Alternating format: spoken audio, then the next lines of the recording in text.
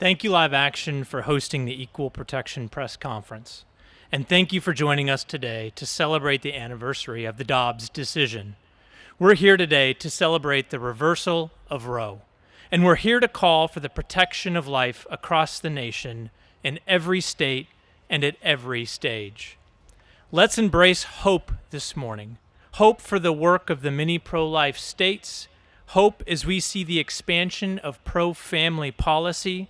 Hope as we continue working toward equal protection, and hope that our culture will increasingly believe in the value of every human life before and after birth. Despite what the mainstream media and big abortion might have us think, America remains a pro-life country.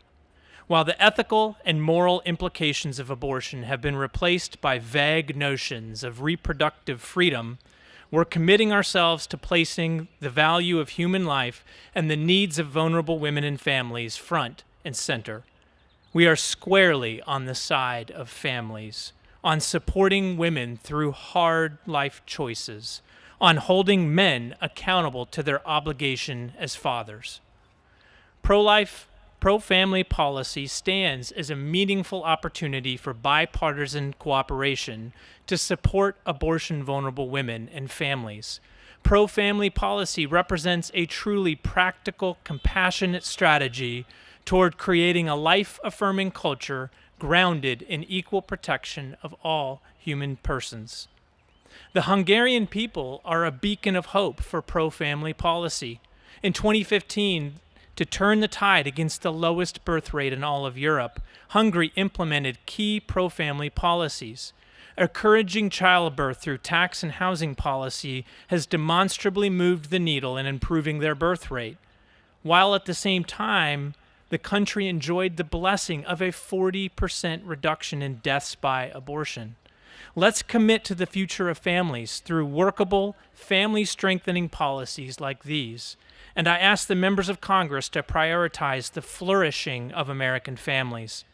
Becoming a more family-centered nation will take commitment, sacrifice, and a sense of shared obligation to support women and families in difficult circumstances. This requires us to think creatively about our social safety net strategy and acknowledge the mountain many prospective parents face to afford the rising cost of raising children. And while we work on rebuilding American families, we'll keep working toward the long-term vision of equal protection. What defines a human being? That remains this ethical and moral question at hand as we work toward a life-affirming culture. Embryonic science, medicine, religion, and even law all point toward life starting at conception. From a legal perspective, an overwhelming number of states have laws that prosecute individuals for prenatal homicide when a pregnant mom has been killed. These laws accurately classify the preborn child as a human being. The pro-life movement and like-minded members of Congress must be focused on putting all egos aside as we work toward our shared objectives of flourishing families and equal protection.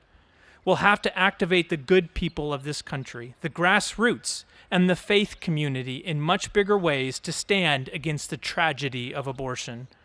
All of us will need to be all in with our time, talent, and yes, even our treasure, to fight the misinformation campaign that supports Planned Parenthood's lucrative abortion business.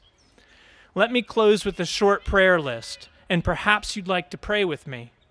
I pray for compassion and reconciliation.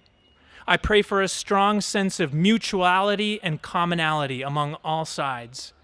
I pray for minds enlightened to the ethical and moral implications of abortion and for softened hearts. I pray for vulnerable women and supportive men and families. Lastly, I pray for the most vulnerable, the preborn among us, that we do not forget their value as members of the human family and equally deserving of the very opportunities we've all been afforded. Thank you.